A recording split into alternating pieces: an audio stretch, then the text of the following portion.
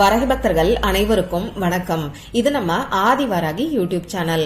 வராகி அன்னையோட அருள் பரிபூரணமா எல்லாருக்குமே கிடைக்கணும்னு மனசார பிரார்த்தனை செஞ்சுக்கிட்டு நாம இந்த பதிவை ஆரம்பிக்கலாம். அந்தந்த நாளுக்கும் நேரத்துக்கும் திதிக்கும் உரிய வழிபாடுகளை பத்தி தொடர்ந்து நாம பாத்துக்கிட்டே வரோம்.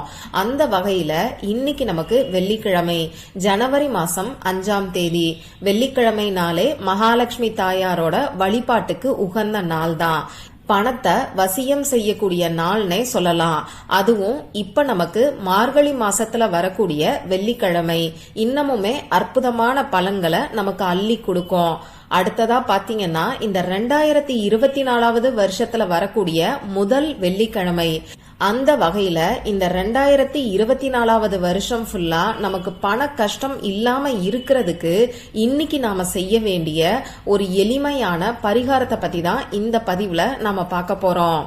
நமக்கு இப்ப இருக்கக்கூடிய பண கஷ்டமும் வறுமையும் நீங்கி பணவரவு அதிகரிக்கிறதுக்கான ஒரு சக்தி வாய்ந்த பரிகாரத்தை தான் இப்ப நான் உங்களுக்கு சொல்ல போறேன். இந்த பரிகாரத்தை செய்யும் போது உங்களுக்கு உடனடியா கை மேல பலன் கிடைக்கும். பணத்தை ஈர்க்கக்கூடிய காந்தமா நீங்களே மாறிடுவீங்க.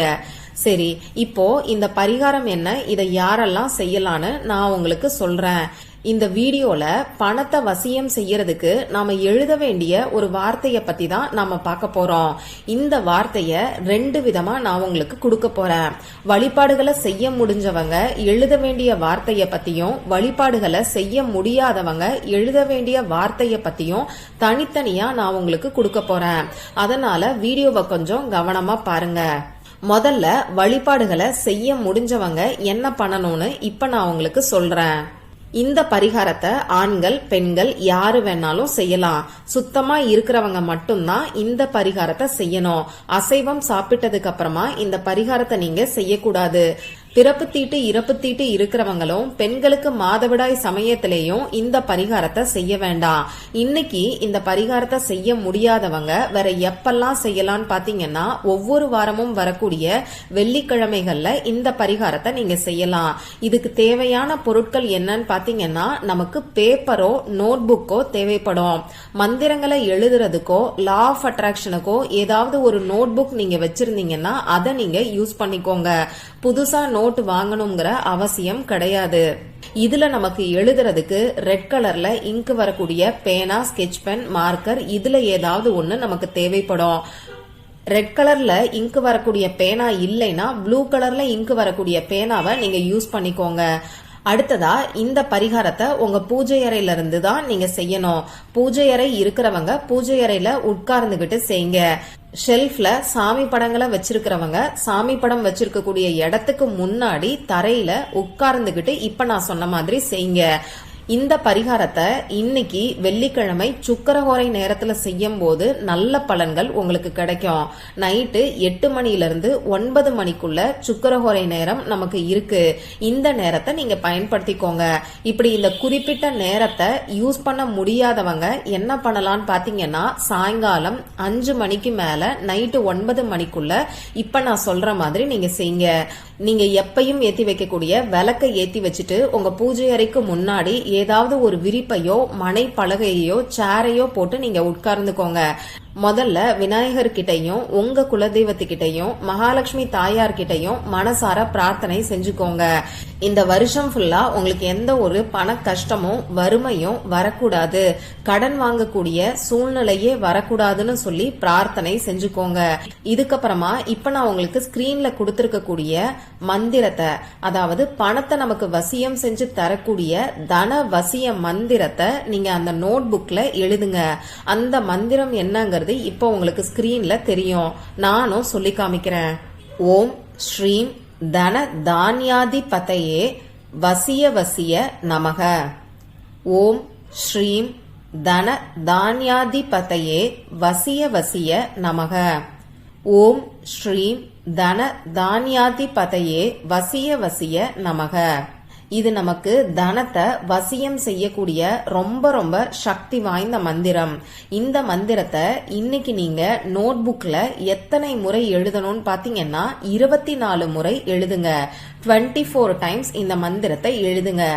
எனக்கு எழுதுறதுக்கு டைம் இல்லைன்னு சொல்றவங்க இந்த மந்திரத்தை நீங்க உச்சரிக்கவும் செய்யலாம். 24 முறை உச்சரிக்கணும். எழுதுறதுனால உங்க ஆழ் மனசுல இது நல்லாவே பதியும். அதனால முடிஞ்சவங்க இன்னைக்கு எழுதுறதுக்கு பாருங்க. இப்படி மந்திரத்தை நீங்க எழுதும் போது உணர்ந்து உச்சரிச்சுக்கிட்டே, அதாவது சொல்லிக்கிட்டே எழுதுங்க. 24 முறை இந்த மந்திரத்தை எழுதுனதுக்கு அப்புறமா திரும்பியும் ஒரு தடவை மகாலட்சுமி தாயார்கிட்ட மனசு உருகி பிரார்த்தனை செஞ்சுக்கோங்க.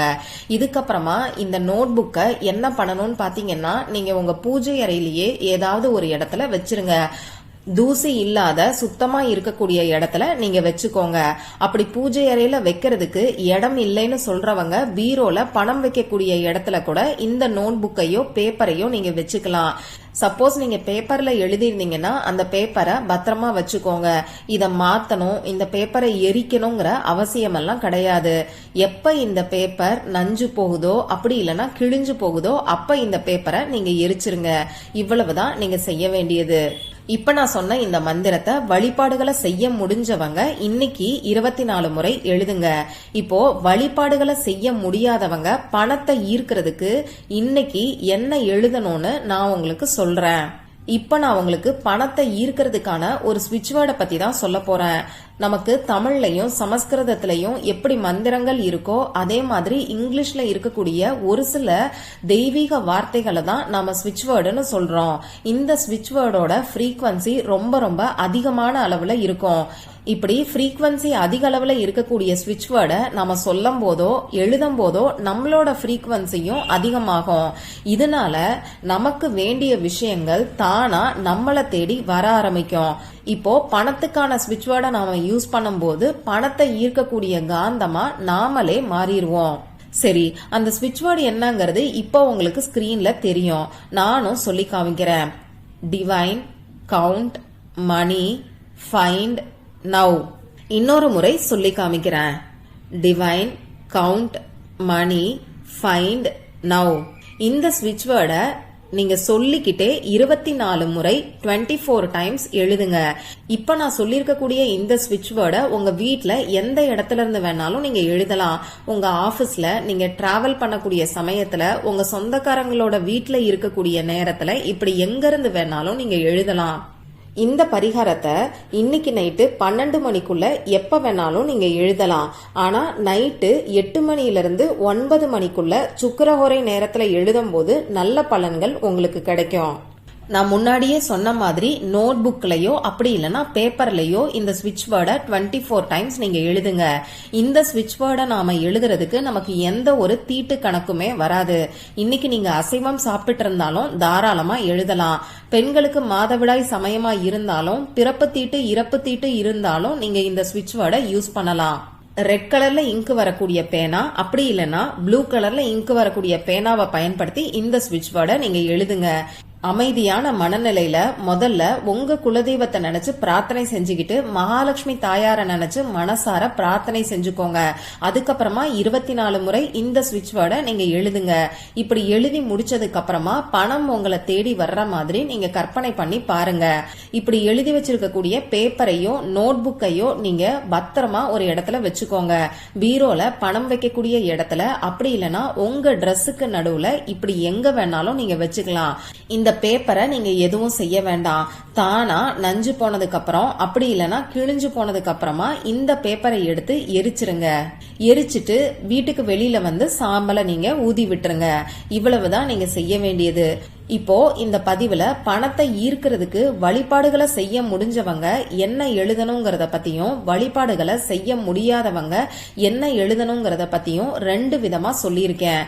இந்த 2 விதமான பரிகாரங்கள்ல ஏதாவது ஒரு பரிகாரத்தை இன்னைக்கு நீங்க செய்யும் போது நிச்சயமா நீங்க பணத்தை ஈர்க்கக்கூடிய காந்தமா மாறிடுவீங்க. இந்த பதிவுல உங்களுக்கு ஏதாவது சந்தேகம் இருந்துச்சுன்னா எனக்கு கமெண்ட் பாக்ஸ்ல கேளுங்க. அதை நான் உங்களுக்கு உடனே தெளிவுபடுத்துறேன். இந்த பதிவு உங்களுக்கு பிடிச்சிருந்தா லைக் பண்ணிட்டு உங்க ஃப்ரெண்ட்ஸ் அண்ட் ஃபேமிலி கூட ஷேர் பண்ணுங்க. இந்த மாதிரி அந்தந்த நாளுக்கும் நேரத்துக்கும் திதிக்கும் உரிய வழிபாடுகளையும் பரிகாரங்களையும் நீங்க மிஸ் பண்ணாம தெரிஞ்சுக்கிறதுக்கு நம்ம சேனலை மறக்காம சப்ஸ்கிரைப் பண்ணிட்டு பக்கத்துல இருக்கக்கூடிய பெல் ஐகானையும் பிரஸ் பண்ணிக்கோங்க. மற்றும் ஒரு பயனுள்ள பதிவுல நாம சந்திக்கலாம். நன்றி.